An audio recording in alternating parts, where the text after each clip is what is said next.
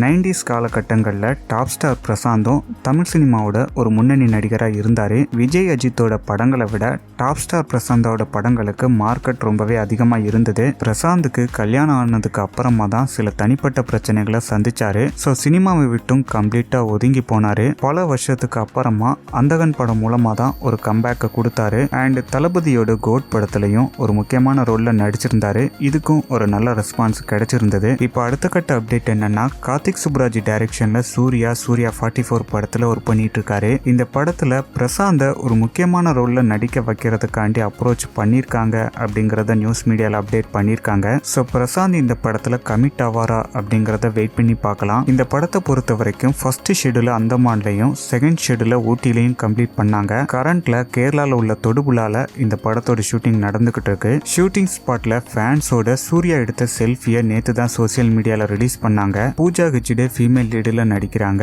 Actor Prakash ராஜும் ஒரு முக்கியமான ரோல்ல நடிக்கிறாரு. இதை முடிச்சதுக்கு அப்புறமா சூர்யா வெற்றிமாறன் டைரக்ஷன்ல வாடிவாசல் படத்துல நடிக்க போறாரு. அக்டோபர் 10ல இருந்து கங்குவா படத்தை போஸ்ட்போன் பண்ணிருக்காங்க. அடுத்ததா நவம்பர்ல படம் ரிலீஸ் ஆகும் அப்படின்னு சொல்லி அன்அஃபிஷியலா அப்டேட் பண்ணிருக்காங்க.